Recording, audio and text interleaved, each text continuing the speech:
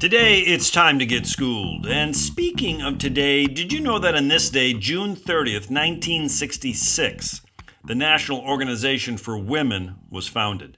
Today, NOW consists of over 550 chapters in all 50 U.S. states.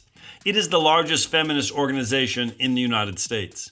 Root causes are never easy to button down, but NOW was certainly influenced by Betty Friedan's 1963 book, The Feminine Mystique.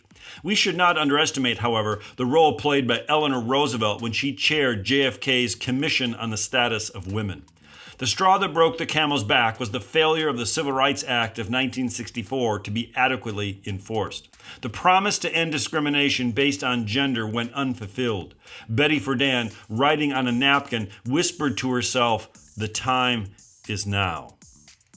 Now, the National Organization for Women, African Americans had the NAACP. Women had NOW.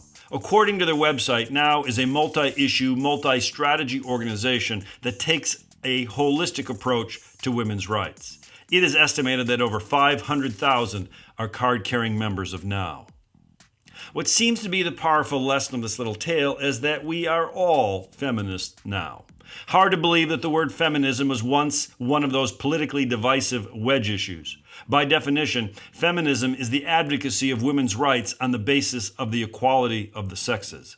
Shame on us for thinking otherwise. The word was first coined back in the early 1800s. A first successful cause was women's suffrage, the right to vote. Then came liberation from stereotypes and expected roles. More recently, feminists worked toward greater individuality and diversity in the fight against harassment and the rape culture. Ironically, only about 18% of Americans are self-described feminists, yet over 85% of Americans advocate and believe in equality for women. Mary Wollstonecraft, perhaps the first feminist, wrote in 1792, "I do not wish women to have power over men, but over themselves." No disputing that anymore. Psst, it's PROLOG with MR.REVIEW. It's a podcast that is actively digging tons of earth to find an ounce of gold, striving for a more perfect union.